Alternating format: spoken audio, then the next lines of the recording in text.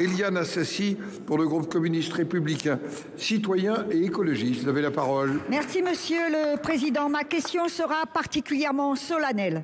Elle concerne la République, la défense des libertés et des droits. Le ministre de l'Intérieur, Monsieur Darmanin, a menacé de manière à peine voilée la Ligue des droits de l'homme de sanctions financières. Il a déclaré, il faut être précis, « Je ne connais pas la subvention donnée par l'État, mais ça mérite d'être regardé dans le cadre des actions menées ». Madame la Première ministre, les choses sont claires. Votre ministre de l'Intérieur envisageait sans sourciller remettre en cause les subventions à la LDH, car cette dernière avait exercé un rôle d'observateur, de vérification du respect des libertés et des droits à Sainte-Soline ou sur d'autres théâtres d'affrontements de tension. Ces menaces sont d'une gravité insupportable.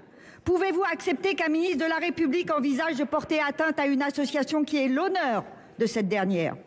La Ligue des droits de l'homme, vous le savez, mais je le rappelle, a été créée pour défendre un innocent victime de l'antisémitisme et de la raison d'État, le capitaine Dreyfus. Elle a étendu d'emblée son action à la défense de tout citoyen victime d'une injustice ou d'une atteinte à ses droits. Dès le début du XXe siècle, seule, elle porta la justice sociale et les droits des travailleurs. Madame la Première ministre, n'oublions pas, à la Libération, un tiers du comité central de la LDH avait disparu, assassiné, mort, en déportation ou fusillé. Victor Bache, son président, fut assassiné en 1944 avec son épouse Ilona par la milice et les nazis. Tout au long du XXe siècle, jusqu'à nos jours, cette grande association exerça avec vigilance et humanisme le contrôle des excès des pouvoirs publics. Sans elle et d'autres vigies, l'autoritarisme nous guette, peut prendre le dessus.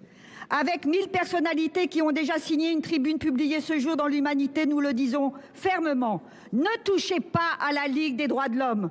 Je vous demande, Madame la Première ministre, d'affirmer sans ambiguïté qu'aucune menace ne pèse sur elle. Je vous demande d'affirmer devant le Sénat que vous désavouez les propos de votre ministre de l'Intérieur.